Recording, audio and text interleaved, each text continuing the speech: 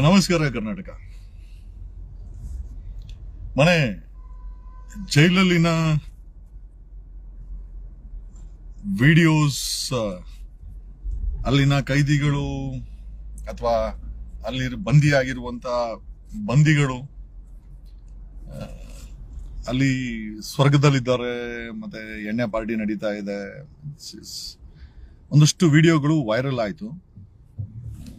ನಾವು ಅದರ ಎಲಿಜಿಬಿಲಿಟಿ ಅಂದ್ರೆ ಈ ವಿಡಿಯೋಗಳು ಯಾವಾಗಿನದು, ಯಾಕಂದ್ರೆ ವಿಡಿಯೋ ಅಂತಂದ್ರೆ ಅವತ್ತು ಮಾಡಿರೋ ವಿಡಿಯೋನ ಅಥವಾ ಹಿಂದೆ ನಡೆದಂತ ವಿಡಿಯೋಗಳು ಅಂತ ನೋಡಿದಾಗ ಅದರಲ್ಲಿ ಮೋಸ್ಟ್ ಆಫ್ ದ ವಿಡಿಯೋಸ್ 2022-23 ಅಂದ್ರೆ ಬಿಜೆಪಿ ಸರ್ಕಾರ ಇರ್ಬೇಕಾದ್ರೆ ಯಾವ ಹೋಮ್ ಮಿನಿಸ್ಟರ್, ಯಾವ ಅಶೋಕ್ ಸಿಎಂ ಮನೆಗೆ ನುಗ್ತೀವಿ ಅಂತಂದ್ರು ಅವರ ಆಡಳಿತದಲ್ಲೇ, ಬೊಮ್ಮಾಯಿ ಆಡಳಿತದಲ್ಲೇ ಆಗಿರುವಂತ 90% ಆ ಎಲ್ಲಾ ವಿಡಿಯೋಗಳು ಕೂಡ ಡೆಫಿನೆಟ್ಲಿ ಒಂದು ಎರಡು ವಿಡಿಯೋ ಮಾತ್ರ ಮೊನ್ನೆ 2025.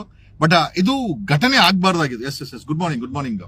ನಾನು ಯಾಕೆ ವಿಡಿಯೋ ಮಾಡ್ತಾ ಇದ್ದೀನಿ ಅಂತಂದ್ರೆ 2022-23 ಬಿಜೆಪಿ ಸರ್ಕಾರ ಇತ್ತು. ಬಿಜೆಪಿ ಆಡಳಿತದಲ್ಲಿ ನಡೆದಿರುವಂತ ವಿಡಿಯೋಗಳನ್ನ ಈಗ ನಡೆದಿರೋ ತರ ಪ್ರೊಜೆಕ್ಟ್ ಮಾಡಿ ಸಿಎಂ ಮನೆಗೆ ನುಗ್ತೀವಿ ಅಂತ ಪ್ರದರ್ಶನ ಕೊಟ್ಟಿದ್ದೆ ಇದೇ ಆರ್ ಅಶೋಕ್ಗೆ ನೈತಿಕತೆ ಅನ್ನೋದು ಇಲ್ಲ ಬಿಡಿ. ಅವನಿಗೆ ನೈತಿಕತೆ ಅನ್ನೋದಿದ್ರೆ ಯಾವ ದೆಹಲಿನಲ್ಲಿ ಬಿಜೆಪಿ ಸರ್ಕಾರ ಇದೆ, ರಾಜ್ಯ ಸರ್ಕಾರ, ಕೇಂದ್ರ ಸರ್ಕಾರ ಇದೆ.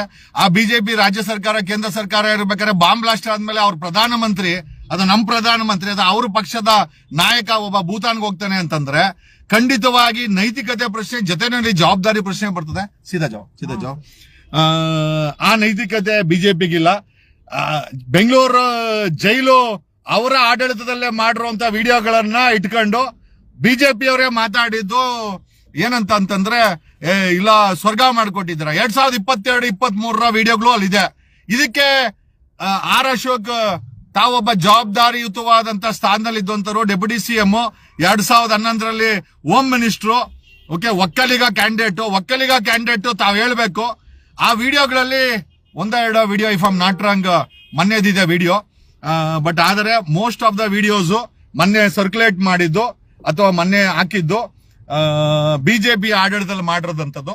ಆಮೇಲೆ ಎಲ್ಲದಕ್ಕಿಂತ ಹೆಚ್ಚಾಗಿ ಜನ ತಿಳ್ಕೊಳ್ಬೇಕು, ಈಗ ಇವೆಲ್ಲ ಜೈಲುಗಳಲ್ಲ, ಇವೆಲ್ಲ ಸುಧಾರಣೆ ಕೇಂದ್ರ ಅಂತಂದ್ರೆ ಒಬ್ಬ ಕೈದಿಯನ್ನ ಟ್ರಾನ್ಸ್ಫಾರ್ಮೇಶನ್ ಮಾಡ್ಬೇಕಾಗತ್ತೆ. ನಾನು ಕೂಡ 97 ದಿವಸ ಅದೇ ಜೈಲಲ್ಲಿ, ಕ್ವಾರಂಟೈನ್ ಜೈಲಲ್ಲಿ ನಾನು ಕೂಡ ಇದ್ದೆ. ಆ ಅನುಭವವನ್ನ ಇಟ್ಕೊಂಡು ನಾನು ಮಾತಾಡ್ತಾ ಇದ್ದೀನಿ. ನಾನು ಯಾವತ್ತು ದಿಂಬು, ಹಾಸಿಗೆ ಬೇಕು, ಮನೆ ಊಟ ಬೇಕು ಖಂಡಿತ ಕೇಳಿಲ್ಲ. ಬೇಕಾದ್ರೆ ಜೈಲ್ ರೆಕಾರ್ಡ್ಸ್ ಅನ್ನ ತೆಗೆದು ನೋಡ್ಕೊಳ್ಳಿ. ನಮ್ಮ ಮನೆಯವ್ರು ಭೇಟಿ ಕೊಟ್ಟಿದ್ದೆ ತುಂಬಾ ಕಡಿಮೆ. ಆಮೇಲೆ ನನಗೆ ಮನೆಯಿಂದ ಊಟ ಬರ್ತಾರಲ್ಲ, ಅವ್ರು ಕೊಟ್ಟಿದ್ದ ಊಟನೇ ನಾನು ತಿಂತಾ ಇದ್ದೆ. ನಾನು ಯಾವತ್ತು ಮನೆಯಲ್ಲಿ ನನ್ನ ಬೆಡ್ ಕೂಡ 9 ಇಂಚ್ ಇದೆ. 9 ಇಂಚ್ ಬೆಡ್ ಮೇಲೆ ನಾನು ಮಲ್ಕೊಳ್ಳೋದು. 9 ಇಂಚ್ ಬೆಡ್ ಮೇಲೆ ಮಲ್ಕೊಂಡು ನನಗೆ ಅಲ್ಲಿ ನೆಲದ ಮೇಲೆ ಮ್ಯಾಟಲ್ಲಿ ಮಲ್ಕೊಂಡಿದ್ದೀನಿ ಹೊರತು ನಾನು ಖಂಡಿತ ಜೈಲ್ ಅಧಿಕಾರಿಗಳನ್ನ ನನಗೆ ಬೆಡ್ ಕೊಟ್ಟಿಲ್ಲ, ಮತ್ತೆ ನನಗೆ ದಿಂಬು ಕೊಟ್ಟಿಲ್ಲ. ಖಂಡಿತ ನಾನು ಗಲಾಟೆ ಮಾಡಿಲ್ಲ. ಕಾರಣ ಯಾಕೆ ಅಂತಂದ್ರೆ ಜೈಲಿನ ರೂಲ್ಸ್ ಅಂಡ್ ರೆಗ್ಯುಲೇಷನ್ಸ್ ಫಾಲೋ ಮಾಡ್ಬೇಕಂತ ನನ್ನ ಕೆಲಸ.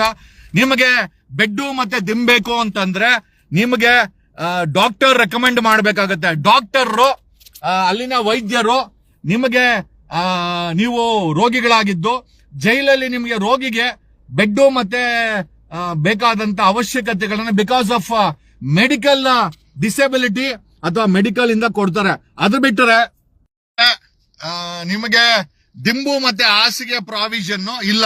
ನಾನು 97 ದಿವಸ ಇದ್ದೆ. ಒಂದು ದಿವಸ ಕೂಡ ನನ್ನ ಮನೆಯಿಂದ ಊಟ ತರಿಸ್ಕೊಂಡಿಲ್ಲ. ಮನೆ ಊಟ ಮಾಡ್ದೋನೇ ಅಲ್ಲ. ನನಗೆ ಆ ಜೈಲಲ್ಲಿ ಏನ್ ಕೊಟ್ರೋ ಅದೇ ಊಟವನ್ನ ನಾನು ಕೂಡ ನಿಯತ್ತಿನಿಂದ ಊಟ ಮಾಡಿದ್ದೀನಿ. ನಾನು ಜೈಲ್ ರೂಲ್ಸ್ ನ ಫಾಲೋ ಮಾಡಿದ್ದೀನಿ.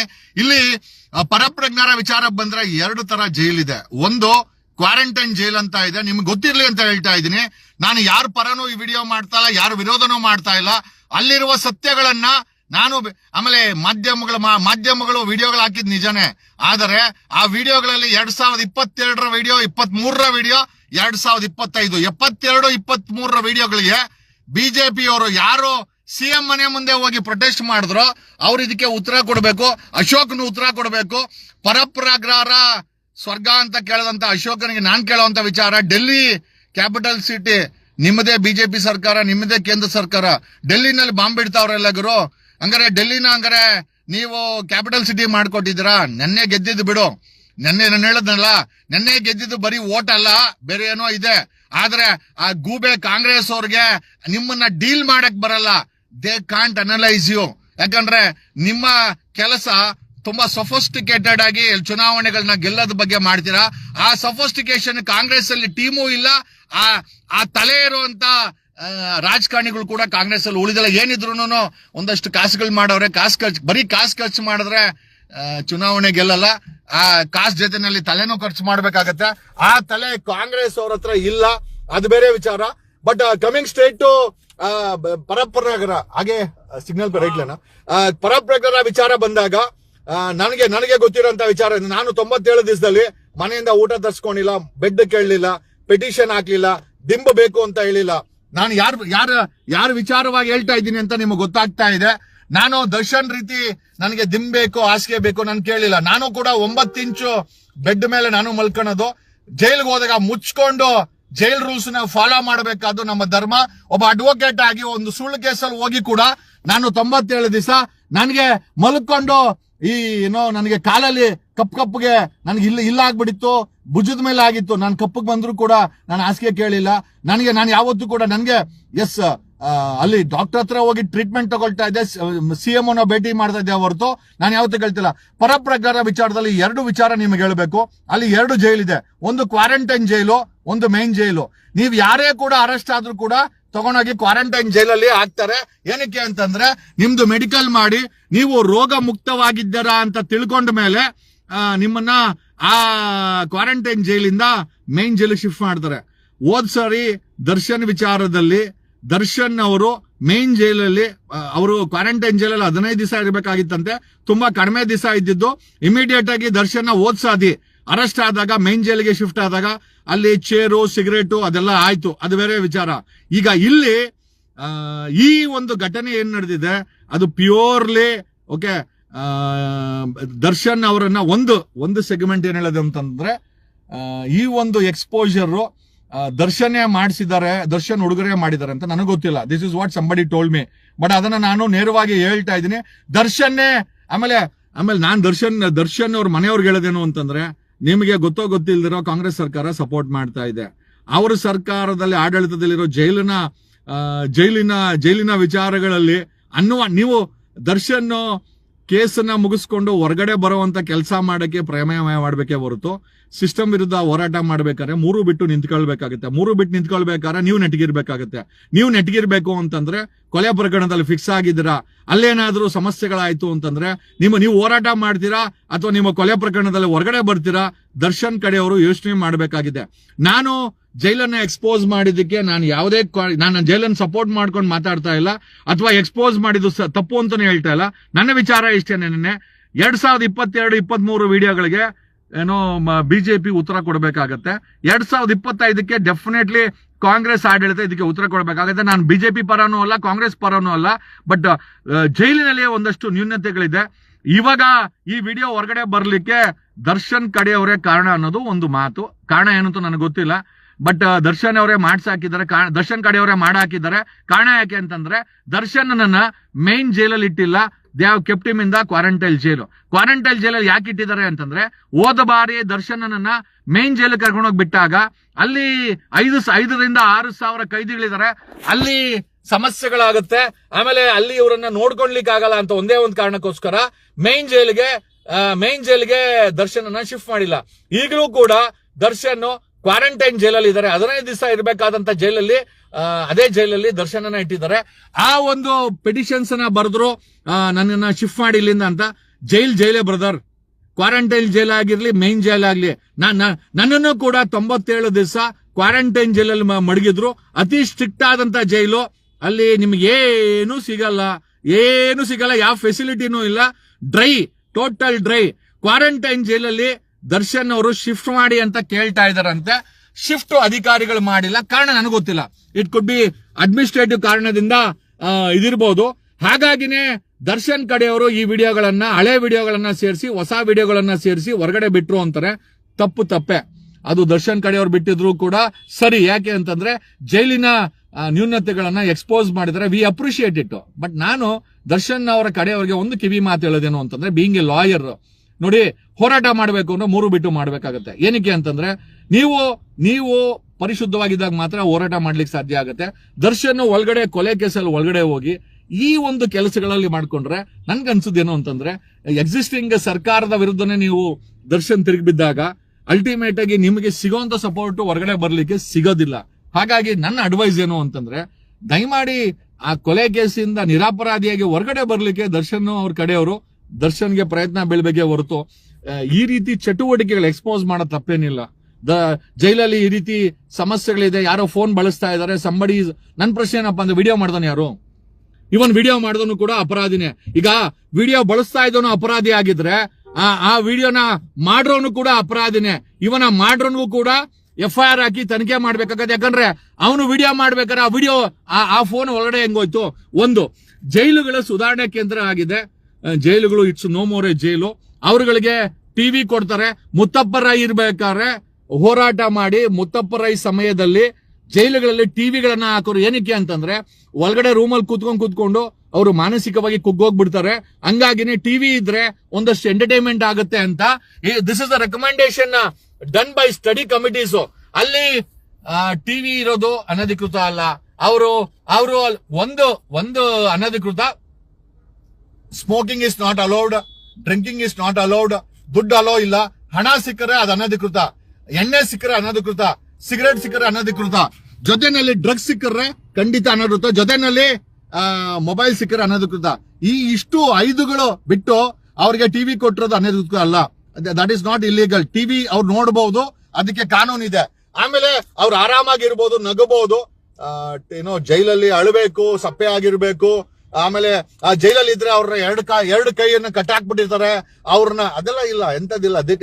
It is a transformation centre. ಒಂದು.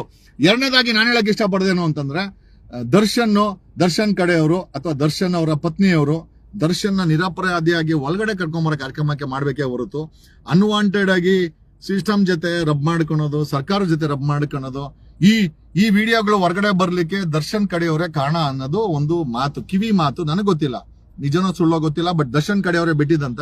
ಈ ರೀತಿ ಮಾಡ್ಕೊಳೋದ್ರಿಂದ ನಾವ್ ಹೇಳೋದೇನು ಅಂತಂದ್ರೆ, ಸಿಗುವಂತ ಫೆಸಿಲಿಟಿನೂ ಸಿಗಲ್ಲ. ಆಮೇಲೆ ಇವನ್ ಕೋರ್ಟ್ಗೂ ಹೋದ್ರು ದರ್ಶನ್ ಅವರು, ನನ್ಗೆ ದಿಂಬು ಹಾಸಿಗೆ ಬೇಕು ಅಂತ. Court left the powers of the jail superintendent ಅವರು ಏನ್ ಬೇಕಾದ್ರೆ ಮಾಡ್ಕೊಳ್ಬಹುದು ಅಂತಂದ್ರು. ಅವ್ರು ಕೊಟ್ರೆ ಕೊಡ್ಬೋದು. ಬಟ್ ಅಲ್ಲಿ ಒಂದು ಎಲಿಜಿಬಿಲಿಟಿ ಇದೆ. ದರ್ಶನ್ ಅವ್ರಿಗೆ ಮೆಡಿಕಲಿ ಅನ್ಫಿಟ್ ಇದ್ದು ಅವ್ರಿಗೆ ಡಾಕ್ಟರ್ ರೆಕಮೆಂಡ್ ಮಾಡಿದ್ರೆ ಖಂಡಿತವಾಗಿ ಯಾರು ಹೇಳೋದು ಬೇಕಾಗಿಲ್ಲ. ಡಾಕ್ಟರ್ ಒಂದು ಲೆಟರ್ ಬರ್ದ್ರೆ ಬೆಡ್ ಕೊಡಿ ಅಂದ್ರೆ 100% ಬೆಡ್ ಕೊಡ್ತಾರೆ. ಇಟ್ಸ್ ಅ ಸಿಂಪಲ್ ಫ್ಯಾಕ್ಟ್ಸ್ ನ ನೀವು ರಬ್ ಮಾಡ್ಕೊಂಡು. ಆಮೇಲೆ ನೀವು ದರ್ಶನ್ ಕಡೆಯವ್ರಿಗೆ ನನಗೆ ಕೇಳೋದೇನು ಅಂತಂದ್ರೆ, ದರ್ಶನ್ ಅವರು ಹೊರಗಡೆ ಬರುವಂತ ಕಾರ್ಯಕ್ರಮಕ್ಕೆ ಇವೆಲ್ಲ ಅಡ್ಡಗೋಡೆ ಮಾಡ್ಕೊಳಕ್ ಹೋಗ್ಬೇಡಿ ಪ್ಲೀಸ್. ನಾನು ದರ್ಶನ್ ಪರನೂ ಅಲ್ಲ, ವಿರೋಧನೂ ಅಲ್ಲ. ಕೊಲೆ ಆರೋಪ ಇದೆ, ಅವರು ಕೊಲೆ ಆರೋಪ ಮುಕ್ತ ಮಾಡ್ಕೊಂಡ್ ಬಂತು ಅಂದ್ರೆ ಅವ್ರು ನಿರಪರಾಧಿ ಆಗ್ತಾರೆ. ಅಲ್ಲೇ ರಬ್ ಮಾಡ್ಕೊಂಡು ಈ ತರ ಚಟುವಟಿಕೆ ನನ್ಗೆ ಗೊತ್ತಿಲ್ಲ. ದರ್ಶನ್ ಕಡೆಯವರು ಈ ವಿಡಿಯೋಗಳನ್ನ ಬೇಕು ಅಂತಾನೆ ಹೊರಗಡೆ ಕಳಿಸಿ ಇದನ್ನ ಮಾಧ್ಯಮಗಳ ಕೈಲಿ ಹೈಪ್ ಮಾಡಿಸಿದ್ದಾರೆ ಅಂತ ಹೇಳಿದ್ರು. ತಪ್ಪು ನಡೆದಿದ್ರೆ ಅದು ಕಳಿಸಿದ್ರೆ ವಿ ಅಪ್ರಿಶಿಯೇಟ್ ದರ್ಶನ್ ಕಡೆಯವರು ಈ ವಿಡಿಯೋಗಳನ್ನ ಹೊರಗಡೆ ಕಳಿಸಿದ್ನ ನಾನು ಅಪ್ರಿಶಿಯೇಟ್ ಮಾಡ್ತೀನಿ. ಬೀಯಿಂಗ್ ಏನ್ ಅಡ್ವೊಕೇಟ್ ಇದೆಲ್ಲ ನಡೀಬಾರ್ದಲ್ಲಿ. ನನ್ ಕಣ್ ಮುಂದೆ ನಡೆದಿಲ್ಲ. ನಾನು ಇರ್ಬೇಕಾದ್ರೆ 97 ದಿವಸ ನಾನು ಅಲ್ಲಿರುವಂತ ಸರ್ಕಾರಿ ಫೋನನ್ನೇ ಬಳಸಿದೀನಿ, ಲ್ಯಾಂಡ್ಲೈನ್ ಫೋನು. ಅವ್ರು ಅದನ್ನ ರೆಕಾರ್ಡಿಂಗ್ ಮಾಡ್ತಾರೆ, ನಾನು ಅದನ್ನೇ ಬಳಸಿದೀನಿ. 97 ದಿವಸ ನಾನು ಯಾರಿಗೆ ಫೋನ್ ಮಾಡ್ಬೇಕಾಗಿರ್ಲಿ, ಅಡ್ವೊಕೇಟ್ ಫೋನ್ ಮಾಡ್ಬೇಕಾಗಿರ್ಲಿ, ಮನೆಯವ್ರಿಗೆ ಮಾತಾಡ್ಬೇಕಾಗಿರ್ಲಿ, ನಾನು ಅಲ್ಲಿರುವಂತ ಸರ್ಕಾರಿ ಫೋನನ್ನ ಬಳಸಿದೀನಿ. 97 ದಿವಸ ಅವ್ರು ಕೊಟ್ಟಂತ ಮ್ಯಾಟ್ ಮೇಲೆ ನಾನು ಮಲಗಿದ್ದೀನಿ. ನಾನು ಯಾವತ್ತೂ ದಿಂಬನ್ನ ಕೇಳಿಲ್ಲ, ನಾನು ಯಾವತ್ತೂ VIP ಟ್ರೀಟ್ಮೆಂಟ್ ಅನ್ನ ಕೇಳಿಲ್ಲ, ನಾನು ಯಾವತ್ತೂ ನನಗೆ ಚೇರ್ ಕೊಡಿ ಕೂತ್ಕೊಂಡ್ಲಿಕ್ಕೆ. ಅಲ್ಗೂ ಒಂದ್ಸತಿ ನನಗೂ ಕೂಡ ಕೂತು ನನಗೆ ಕಾಲ್ ನೋವು ಬಂದ್ಬಿಟ್ಟಿತ್ತು. ಸಡನ್ ಆಗಿ ಒಬ್ಬ PC ಕೂತ್ಕೊಂಡಿದ್ದಂತ ಚೇರ್ ಮೇಲೆ ಕೂತ್ಕೊಳಕ್ ಹೋದೆ. ಆಮೇಲೆ ಸಡನ್ ಆಗಿ ನಾಪ್ಕೊಂಡ್ ಬಂದೆ, ನಾವ್ ಇಲ್ಲಿ ಕೂತ್ಕೊಂಬಾರ್ದು ಅಂತ. ಬಿಕಾಸ್ ದರ್ಶನ್ ಅವರ ಎಪಿಸೋಡ್ ನಾನು ನೋಡಿದ್ದೆ. ನಾನು ಕೂಡ ಯಾವತ್ತೂ ಚೇರ್ ಮೇಲೆ ಕೂತೋನಲ್ಲ. ನಾನು I don't smoke, I don't consume alcohol. ನನಗೆ ಯಾವ್ದು ಅಭ್ಯಾಸಗಳಿಲ್ದಿರೋದ್ರಿಂದ ಆ ಜೈಲು ನನಗೇನು ಅನ್ಸಿಲ್ಲ. ಬಟ್ ಇವತ್ತು ಆ ಕ್ವಾರಂಟೈನ್ ಜೈಲಲ್ಲಿ ದರ್ಶನ ಇಟ್ಟಿರೋದ್ರಿಂದ ದರ್ಶನ್ ಪದೇ ನನ್ನನ್ನ ಮೈನ್ ಜೈಲಿಗೆ ಶಿಫ್ಟ್ ಮಾಡಿ ಅಂತ ಹೇಳಿ ಅಲ್ಲಿ ಒತ್ತಡ ಆಗ್ತಾ ಇದ್ದಾರೆ, ಆಡಳಿತಾಧಿಕಾರಿಗಳಿಗೆ ಒತ್ತಡ ಆಗ್ತಾ ಇದ್ದಾರೆ. ಹಾಗಾಗಿನೇ ಅದರ ರಿಪೋರ್ಕೇಶನ್ಸ್ ಈ ವಿಡಿಯೋಸ್ ಅನ್ನೋದು ತಪ್ಪೇನೂ ಇಲ್ಲ. ಈಗ ಅವರು ನೀವು ಕೇಳ್ತಾ ಇದ್ರೆ ದರ್ಶನ ಶಿಫ್ಟ್ ಮಾಡಬೇಕು ಬಿಡಬೇಕು, ಅದು ಜೈಲ್ ಅಧಿಕಾರಿಗಳಿಗೆ ಬಿಟ್ಟಿದ್ದು. ಬಟ್ ಆ ನಿಟ್ಟಿನಲ್ಲಿ ಈ ವಿಡಿಯೋಸ್ ಹೊರಗಡೆ ಬಂತಿದೆ ಅಂತಂದ್ರೆ ತಪ್ಪೆ. ಜೈಲಲ್ಲಿ ಫೋನ್ ಈಸ್ ನಾಟ್ ಅಲೌಡ್. ಅಲ್ಲಿ ಲ್ಯಾಂಡ್ ಲೈನ್ ಇದೆ, ಬೇಕಾದ್ರೆ ಫೋನ್ ಮಾಡ್ಕೊಳ್ಬಹುದು, ರೆಕಾರ್ಡ್ ಆಗುತ್ತೆ. ಅದು ಅವ್ನ್ ಟೆರರಿಸ್ಟೇ ಆಗಿರ್ಲಿ, ಟೆರರಿಸ್ಟ್ ಕೊಡ್ಬೇಕೋ ಬಿಡ್ಬೇಕೋ ಅದು ಅವ್ರಿಗೆ ಬಿಟ್ಟಿದ್ದು. ಟೆರರಿಸ್ಟ್ ಅಲ್ಲ ಅನ್ನೋದನ್ನ ನಿರ್ಧಾರ ಮಾಡಬೇಕಾದ್ದು ಕೋರ್ಟು. ರೇಪಿಸ್ಟ್ಗೂ ಕೂಡ ಅವನ ಮನೆಯವರ ಸಂಪರ್ಕ ಮಾಡಬಹುದು, ಫೋನ್ ಅನ್ನ ಬಳಸಬಹುದು, ಅಲ್ಲಿರುವಂತ ಲ್ಯಾಂಡ್ ಲೈನ್ ನ ಬಳಸಬೇಕಾಗತ್ತೆ. ಯಾವುದೇ ಕಾರಣಕ್ಕೂ ಮೊಬೈಲ್ ಅನ್ನ ಬಳಸಂಗಿಲ್ಲ. ಮೊಬೈಲ್ ಸಿಕ್ಕಿದ್ರೆ ಅದು ಅಪರಾಧ. ಜೈಲಲ್ಲಿ ಅದು ಮೊಬೈಲ್ ಸಿಕ್ಕಿದ್ರೆ, ಗಾಂಜಾ ಸಿಕ್ಕಿದ್ರೆ, ಎಣ್ಣೆ ಬಾಟ್ಲು ಸಿಕ್ಕಿದ್ರೆ, ಸಿಗರೇಟ್ ಸಿಕ್ಕಿದ್ರೆ ಅದು it's a violation of the rules of the jail. ಆ ಪ್ರಿಸನ್ ರೂಲ್ಸ್ ಅನ್ನ ವಯೋಲೇಟ್ ಮಾಡ್ದಂಗೆ ಆಗುತ್ತೆ. ಅದನ್ನ ಮಾಡಬಾರ್ದು. ಯಾರೇ ಮಾಡಿದ್ರು ಕೂಡ ಅದು exposure, I appreciate it. But ಅದು ದರ್ಶನ್ ಕಡೆಯವರೇ ಮಾಡಿದ್ದಾರೆ ಅನ್ನೋದು ಅಂತ ಹೇಳ್ತಾ ಇದ್ದಾರೆ. ಮಾಡಿದ್ರು ಕೂಡ ಅಪ್ರಿಶಿಯೇಷನ್. ಬಟ್ ನಮ್ ಸಮಸ್ಯೆ ಏನು ಅಂತಂದ್ರೆ, ದರ್ಶನ್ ಆಲ್ರೆಡಿ ನೀವು ಒಂದು ಕೊಲೆ ಅಪರಾಧದಲ್ಲಿ ಒಳಗಡೆ ಇದ್ದೀರಾ. ದರ್ಶನ್ ಕಡೆಯವರು ಇದನ್ನೆಲ್ಲ ಮಾಡ್ಕೊಂಡು ಸಿಸ್ಟಮ್ ಅನ್ನ ರಬ್ ಮಾಡ್ಕೊಂಡು, ನಾನ್ ಮಾಡಿದ್ರೆ ನನ್ನನ್ನು ಯಾವನು ಕೇಳಲ್ಲ. ಯಾಕೆ ಅಂತಂದ್ರೆ ನಮ್ಮ ಮೇಲೆ ಹೋರಾಟದ ಒಂದಷ್ಟು ಸುಳ್ಳು ಕೇಸ್ ಇದೆ ಹೊರತು ನಾವುಗಳು ಆತರ ಕೆಲ್ಸಕ್ಕೆ ಹೋದ್ರಲ್ಲ. I don't believe in killing somebody or having that charges. But ನನ್ನ ಪ್ರಶ್ನೆ ಏನಪ್ಪಾ ಅಂತಂದ್ರೆ, ಜೈಲ್ ಅನ್ನೋದು ಒಂದು ಪ್ರಾಮಾಣಿಕವಾದಂತ ಬದಲಾವಣೆ ಕೇಂದ್ರ ಆಗ್ಬೇಕೇ ಹೊರತು I think it should not become ಈ ತರ ಮೆಸ್ ಮಾಡ್ಕೊಂಡು. ಲಾಸ್ಟ್ ಟೈಮ್ ದರ್ಶನ್ ಒಳಗಡೆ ಹೋದ್ರು, 13 ಜನ ಸಸ್ಪೆಂಡ್ ಆದ್ರು. ಈ ಸತಿ ಬೇರೆಯವ್ರನ್ನ ಎಕ್ಸ್ಪೋಸ್ ಮಾಡಿ ದರ್ಶನ್ ಮೇಲೆ ಚಾರ್ಜಸ್ ಇದೆ. ಅಂದ್ರೆ ನನ್ಗೇನು ಚಾರ್ಜಸ್ ಅಂದ್ರೆ, ದರ್ಶನ್ ಕಡೆಯವರು ಕ್ವಾರಂಟೈನ್ ಜೈಲಿಂದ ಮೈನ್ ಜೈಲ್ಗೆ ದರ್ಶನ್ ಶಿಫ್ಟ್ ಮಾಡಿಲ್ಲ, ದರ್ಶನ್ಗೆ ಬೇಕಾದಂತ ಫೆಸಿಲಿಟಿ ಕೊಟ್ಟಿಲ್ಲ. ಹಂಗಾಗಿ ದರ್ಶನ್ ಕಡೆಯವರು ಇದನ್ನ ಮಾಡಿದಾರೆ ಅಂತ. ಅಲ್ಲಿರುವಂತ ನ್ಯೂನ್ಯತೆಗಳ ಬಗ್ಗೆ ಎಕ್ಸ್ಪೋಸ್ ಮಾಡಿದ್ರೆ ನಾವು ಅಪ್ರಿಶಿಯೇಟ್ ಮಾಡ್ತೀರಿ. ಬಟ್ ದರ್ಶನ್ ಅವರೇ ಲಾಸ್ಟ್ ಟೈಮ್ ಹೋದಾಗ ಒಂದ್ 2-3 FIR ಹಾಕ್ಸ್ಕೊಂಡು ಅವರೇ ಆ ಸೌಕರ್ಯಗಳನ್ನ ಪಡ್ಕೊಂಡು, ಈಗ ಆ ಸೌಕರ್ಯಗಳು ಬೇಕು ಅಂತಂದ್ರೆ ಅಲ್ಲಿರೋರು ಕೊಡಲ್ಲ. ಏನಕ್ಕೆ ಅಂತಂದ್ರೆ, ಲಾಸ್ಟ್ ಟೈಮ್ ನಿಮ್ಮಿಂದ 13 ಜನ ಸಸ್ಪೆಂಡ್ ಆಗಿದ್ದಾರೆ, ನಿಮ್ಮ ಮೇಲೆ ಕೂಡ FIR ಗಳಾಯ್ತು. ಹಂಗಾಗಿ ನೀವು ಏನೇ ಮಾಡಿ ದರ್ಶನ್ ಅವರೇ ಮೈನ್ ಜೈಲ್ಗೆ ಅವರು ನಿಮ್ಮನ್ನ ಶಿಫ್ಟ್ ಮಾಡಲ್ಲ. ಆಮೇಲೆ ನೀವು ಲಾಸ್ಟ್ ಟೈಮ್ ಬಳಸ್ಕೊಂಡಂತ ಯಾವುದೇ ಫೆಸಿಲಿಟಿ ನಿಮ್ಗೆ ಜೈಲಲ್ಲಿ ಸಿಗೋದಿಲ್ಲ. ಯಾಕೆ ಅಂತಂದ್ರೆ ಲಾಸ್ಟ್ ಟೈಮ್ ಅದು ಎಕ್ಸ್ಪೋಸ್ ಆಗಿದೆ, 13 ಜನ ಸಸ್ಪೆಂಡ್ ಆಗಿದ್ದಾರೆ. I mean how come you expect that? ಇಷ್ಟೆಲ್ಲ ಆದ್ಮೇಲೆ ನಿಮ್ಮನ್ನ ಅವರು ಸ್ಟ್ರಿಕ್ಟ್ ಜೈಲ್ ರೂಲ್ಸ್ ಅಲ್ಲಿ ಮಾಡ್ತಾರೆ ಹೊರತು ನಿಮ್ಗೆ ಆ ತಾಳ್ಮೆಯನ್ನ ಬೆಳೆಸ್ಕೊಳ್ಬೇಕಾಗತ್ತೆ ದರ್ಶನ್ ಅವರೇ. ಅದನ್ನ ಬಿಟ್ಟು ಜೈಲ್ ಅಧಿಕಾರಿಗಳನ್ನ ಎಕ್ಸ್ಪೋಸ್ ಮಾಡ್ತೀವಿ ಅಂತಂದ್ರೆ ವೆಲ್ ಅಂಡ್ ಡನ್, ನಾನು ಅಪ್ರಿಶಿಯೇಟ್ ಮಾಡ್ತೀನಿ. ಬಟ್ ಆ ಒಂದು ಎಕ್ಸ್ಪೋಸರ್ ಮಾಡಕ್ ಹೋಗಿ ನೀವು ಆ ಕೊಲೆ ಕೇಸಲ್ಲಿ ಹೊರಗಡೆ ಬರೋದನ್ನ ದಿಕ್ಕು ತಪ್ಪಕ್ ಹೋಗ್ಬೇಡಿ. ನಾನು ಇಷ್ಟನ್ನೇ ಹೇಳ, I am not your fan. ನಾನು ನಿಮ್ಮ ಫ್ಯಾನು ಅಲ್ಲ. ನಾನು ಒಬ್ಬ ಸಾಮಾನ್ಯ ವ್ಯಕ್ತಿಯಾಗಿ ನಿಮ್ಮ ತೊಂದರೆಯನ್ನ ಹೆಚ್ಚಿಸ್ಕೊಳ್ಬೇಡಿ ದರ್ಶನ್. ಆಮೇಲೆ ಸರ್ಕಾರಕ್ಕೆ ನನ್ನದೊಂದು ಮನವಿ, ನೀವು ನಿಜವಾಗ್ಲೂ ಜೈಲನ್ನ ರಿಫಾರ್ಮ್ ಮಾಡ್ಬೇಕಾದ್ರೆ, ನಿಜವಾಗ್ಲೂ ಹೇಳ್ತೀನಿ, ಪರಪ್ರಕಾರ ಜೈಲನ್ನ 5 ಜೈಲ್ ಮಾಡ್ಬೇಕಾಗತ್ತೆ. 5 ಜೈಲ್ ಮಾಡಿದ್ರೆ ಮಾತ್ರ ಅಲ್ಲಿ ಬದಲಾವಣೆ ತರಲು ಸಾಧ್ಯ. ಏನು ಅಂತ ಕೇಳ್ತೀರಾ? I tell you need to make 5 jails. ಆ ಒಂದು ಪರಪ್ರಕಾರ ಜೈಲನ್ನ ಬೈಫೋರ್ಕೇಟ್ ಮಾಡ್ಬೇಕಾಗತ್ತೆ. 5 ರೀತಿಯ ಜೈಲುಗಳನ್ನ ನೀವು ಮಾಡಿದ್ರೆ ಮಾತ್ರ ಅಲ್ಲಿ ನೀವು ಸಿಸ್ಟಮ್ ಅನ್ನ ಮತ್ತೆ ಅಲ್ಲಿ ಒಂದು ರೂಲ್ಸ್ ಅಂಡ್ ರೆಗ್ಯುಲೇಷನ್ ಪ್ಲೇಸ್ ಮಾಡಬಹುದು. ಯಾವ 5 ರೀತಿ ಜೈಲ್ ಅಂತಂದ್ರೆ ನಾನ್ ರೆಕಮೆಂಡ್ ಮಾಡಿಲ್ಲ. ಅಲ್ಲಿ ಈ ಒಂದು ಜೈಲನ್ನ ಸುಧಾರಣೆ ಮಾಡ್ಲಿಕ್ಕೆ ಬೇಕಾದಂತಹ ವಿಚಾರಗಳನ್ನ ಅಲ್ಲಿನ IPS ಆಫೀಸರ್ಗಳು, ರಿಟೈರ್ಡ್ IPS ಆಫೀಸರ್ಗಳು ಸಮಿತಿಗಳು ಮಾಡಿದಾಗ ರೆಕಮೆಂಡೇಶನ್ ಮಾಡೋದು 5 ರೀತಿಯ ಜೈಲುಗಳನ್ನ ಮಾಡಬೇಕಾಗುತ್ತೆ. ಒಂದು, ವುಮೆನ್ಸ್ಗೆ ಸಪರೇಟ್ ಜೈಲ್ ಇರಬೇಕು, ಅದರಲ್ಲಿ ಮೆನ್ ಎಂಟ್ರಿ ಇರಬಾರ್ದು. 2ನೇ ಜೈಲ್ ಬಂದ್ಬಿಟ್ಟು ಸುಮಾರು 800ರಿಂದ 1000 ಕನ್ವಿಕ್ಟೆಡ್ ಪ್ರಿಸನರ್ಸ್ ಇರ್ತಾರೆ. ಕನ್ವಿಕ್ಟೆಡ್ ಅಂತಂದ್ರೆ ಯಾರಿಗೆ ಶಿಕ್ಷಣೆ ಘೋಷಣೆ ಆಗಿದೆ. ಫಾರ್ ಎಕ್ಸಾಂಪಲ್ ಇವರು ಪ್ರಜ್ವಲ್ ಅಂತವ್ರಿಗೆ ಕನ್ವಿಕ್ಟೆಡ್ 800ರಿಂದ 1000 ಇದ್ದಾರೆ. ಅವರನ್ನ ಸಪರೇಟ್ ಮಾಡಬೇಕು. ಹೆಣ್ಣು ಮಕ್ಕಳಿಗೆ ಸಪರೇಟ್ ಜೈಲು, ಅದರಲ್ಲಿ ಗಂಡು ಮಕ್ಕಳು ಎಂಟ್ರಿ ಇರಬಾರ್ದು. 2ನೇ ಜೈಲ್ ಬೇಕಾಗಿರೋದು ಕನ್ವಿಕ್ಟೆಡ್ ಪ್ರಿಸನ್ 800ರಿಂದ 1000 ಜನ ಇದ್ದಾರೆ, ಅವರನ್ನ ಸಪರೇಟ್ ಮಾಡಬೇಕು. ಅದು 2ನೇ ಜೈಲು. 3ನೇ ಜೈಲ್ ಮಾಡಬೇಕಾಗಿರೋದು ಈ 10 ದಿವಸಕ್ಕೆ 15 ದಿವಸಕ್ಕೆ ಜುಡಿಷಿಯಲ್ ಕಸ್ಟಡಿ ಹೋಗಿ ಹೊರಗಡೆ ಬರ್ತಾರೆ, ಅವ್ರಿಗೆ ಸಪರೇಟ್ ಜೈಲ್ ಮಾಡಬೇಕು. ಕಾರಣ ಯಾಕೆ ಅಂತಂದ್ರೆ ಈ ಕನ್ವಿಕ್ಟೆಡ್ ಅಲ್ಲಿರುವಂತ ಹ್ಯಾಬಿಚುವಲ್ಸ್ 5-6 ವರ್ಷದಿಂದ ಅಲ್ಲಿ ಬೇಲ್ ತಗೊಂಡಿರ ಎಲ್ಲ ಕ್ರಿಮಿನಲ್ ಆಕ್ಟಿವಿಟಿಗಳನ್ನ ಮಾಡ್ಕೊಂಡು ಮತ್ತೆ ಜೈಲಿಗೆ ಬರೋ ಜೊತೆ ಸೇರ್ಕೊಂಡ್ರೆ ಈ ಜುಡಿಷಿಯಲ್ ಕಸ್ಟಡಿನಲ್ಲಿ ಫಸ್ಟ್ ಟೈಮ್ ಹೋಗಿರ್ತಾರಲ್ಲ ಅವರೆಲ್ಲ ಹಾಳಾಗೋಗ್ತಾರೆ. ಅವ್ರಿಗೆ ಅಲ್ಲೊಂದು ನೆಟ್ವರ್ಕ್ ಬೆಳ್ಕೊಳ್ತದೆ. ಆ ನೆಟ್ವರ್ಕ್ ಬೆಳ್ಕೊಂಡಾಗ ಹೊರಗಡೆ ಬಂದಾಗ ಕ್ರೈಮ್ ಅನ್ನ ಎಷ್ಟು ಸಫಿಸ್ಟಿಕೇಟೆಡ್ ಆಗಿ ಮಾಡಬಹುದು ಅಂತ they will become intelligent criminals. ಹಾಗಾಗಿನೇ 10 ದಿವಸ 15 ದಿವಸ ಅಂಡರ್ ಟ್ರಯಲ್ಸ್ ಗೆ ಸಪರೇಟ್ ಮಾಡಬೇಕು. ಒಂದು ಹೆಣ್ಮಕ್ಳಿಗೆ ಸಪರೇಟ್ ಜೈಲು, 2ನೇದು ಕನ್ವಿಕ್ಟೆಡ್ ಗೆ ಸಪರೇಟ್ ಜೈಲು, 3ನೇದು ಈ ಅಂಡರ್ ಟ್ರಯಲ್ಸ್ ಏನಿದ್ದಾರೆ ಏನು ಅಂದ್ರೆ 15 ದಿವಸ 20 ದಿವಸ ಇದ್ದು ಬೇಲ್ ತಗೊಂಡು ಹೊರಗಡೆ ಬರ್ತಾರಲ್ಲ, ಇವರನ್ನ ಕನ್ವಿಕ್ಟೆಡ್ ಜೊತೆ ಹಾಕಬಾರ್ದು, ಹೆಣ್ಮಕ್ಳ ಜೊತೆ ಹಾಕಬಾರ್ದು, ಇವ್ರನ್ನ ಸಪರೇಟ್ ಮಾಡ್ಬೇಕು. 4ನೇ ಜೈಲ್ ಬಂದ್ಬಿಟ್ಟು ಹೊರಗಡೆ ಗಾಂಜಾ ಅಫೀಮು ಹೊಡ್ಕೊಂಡು ಡ್ರಗ್ ಅಡಿಕ್ಟ್ಗಳಾಗಿ ಅಲ್ಲಿ ಬಂದ್ರೆ ಆ ತಟ್ಟೆ ಎತ್ಕೊಂಡು ತಲೆಗೆ ಹೊಡ್ಕೊಂತಾರೆ, ತಟ್ಟೆ ಹೊಡ್ಕೊಂತಾರೆ, ತಲೆ ತಗೊಂಡೋಗಿ ಆ ಜೈಲ್ದು ಗ್ರಿಲ್ ಹೊಡ್ಕೊಂತಾರೆ. ಅವ್ನ್ ಯಾರೋ ಇದು ತಟ್ಟೆ ಕೊಟ್ರೆ ತಟ್ಟೆನ ಸಿಗಳ್ಬಿಟ್ಟು ಕತ್ಕುಯ್ಕ ಟ್ರೈ ಮಾಡ್ಕೊಂಡ, ಕೈ ಕುಯ್ಕಂತಾರೆ.